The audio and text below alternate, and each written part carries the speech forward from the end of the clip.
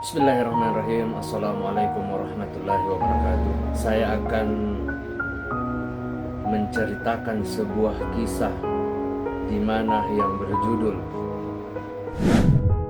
5 hal yang dilakukan Israel menyambut kedatangan Dajjal. Bismillahirrahmanirrahim. Assalamualaikum warahmatullahi wabarakatuh. Allahumma sholli ala sayyidina Muhammad wa ala ali sayyidina Muhammad.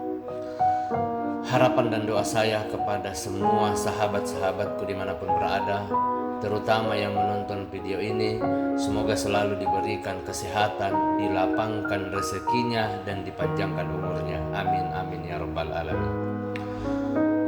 Sahabat yang beriman, pada kesempatan kali ini saya akan menceritakan sebuah atau pembahasan tentang bagaimana bangsa Yahudi Israel disebut sebagai salah satu pendukung setia Dajjal di akhir zaman karena menganggapnya sebagai sang Mesias atau juru selamat.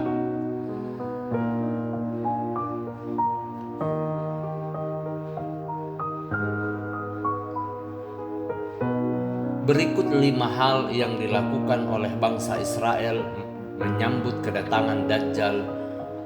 Yang pertama yaitu semua umat Yahudi harus ke bumi yang dijanjikan Tuhan. Bangsa Israel menganggap bahwa Palestina adalah tanah yang dijanjikan Tuhan untuk mereka. Jadi syarat pertama yang mesti dilakukan Zionis Israel adalah memulangkan semua orang Yahudi atau umat Yahudi yang berserakan di dunia untuk kembali ke negara Israel.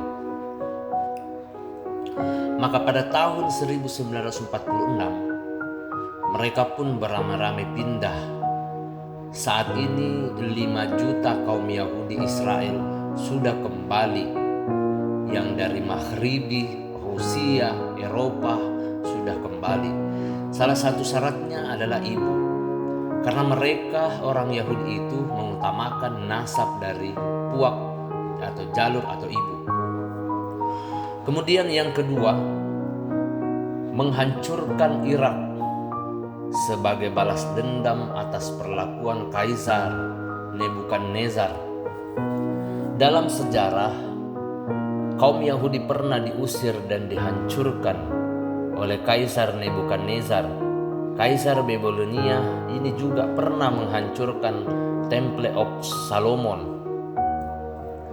Karena itu kaum Yahudi Israel meski membalas dendam atas perilaku Kaisar Nebukadnezar tersebut. Kampung Nebukadnezar terletak di wilayah Babilonia, yaitu negara Irak sekarang. Oleh sebab itu Irak harus dihancurkan.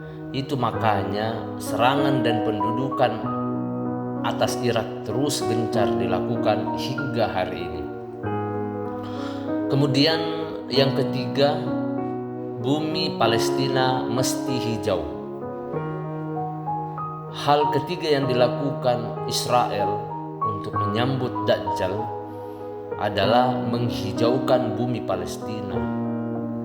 Sebab syarat agar sang Mesias mau turun ke Israel apabila keadaan bumi di Palestina menghijau. Apa makna hijau ini?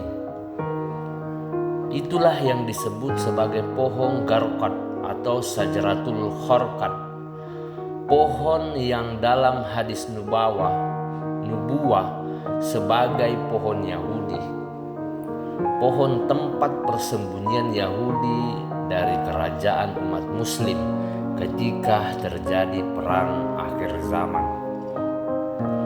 Hal ini disebut Nabi dalam satu hadis akhir zaman. Beliau bersabda,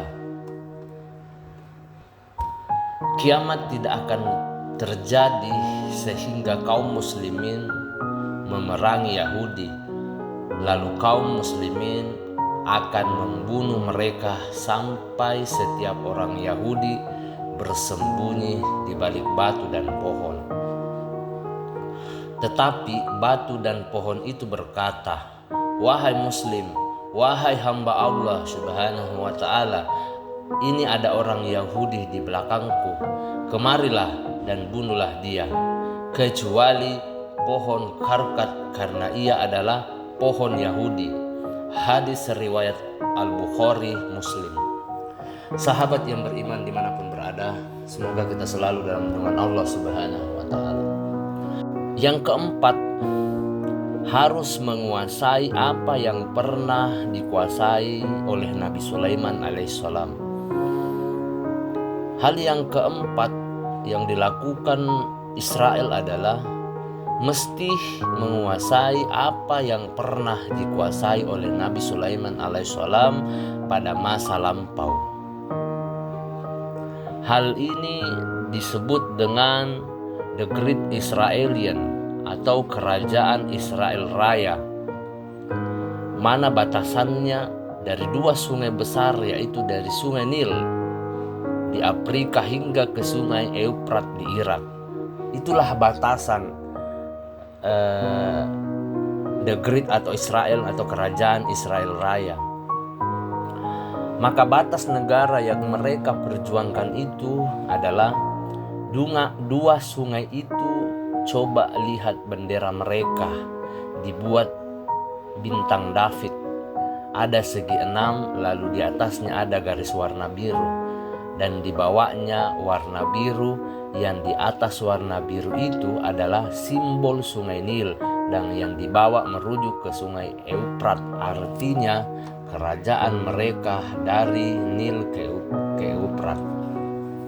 Sahabat yang beriman dimanapun berada, semoga kita selalu dalam lindungan Allah Subhanahu wa ta'ala. Yang kelima, yang terakhir, menjadikan bangsa lain sebagai keledai tunggangan. Jika nanti kaum Yahudi Israel berkuasa di dunia, selain dari mereka akan dijadikan goim. Apa itu goim? Goim adalah keledai tunggangan. Hal ini cukup beralasan. Mengapa? Karena dalam keyakinan Yahudi, mereka menganggap sebagai bangsa atau umat pilihan Tuhan. Karena keyakinan mereka sebagai umat pilihan, maka bagi mereka Sang Mesias atau Juru Selamat pasti berasal dari bangsa Yahudi. Itulah Dajjal, Sang Mesias palsu yang mereka tunggu.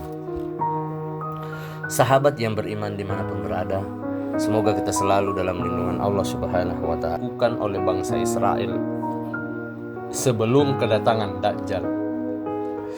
Perang yang dilancarkan Zionis Israel terhadap Palestina dan pencaplokan wilayah Palestina ini merupakan salah satu upaya mereka untuk merebut Baitul Maqdis Yerusalem yang mereka siapkan untuk singgasana Dajjal. Wallahu alam bisawab. Demikianlah kisah tentang atau cerita tentang 5 hal yang dilakukan oleh bangsa Israel dalam menyambut kedatangan Dajjal. Semoga apa yang saya sampaikan pada kesempatan yang mulia ini bisa bermanfaat untuk kita semua. Saya memohon maaf apabila ada salah kata ataupun ucapan dalam video ini.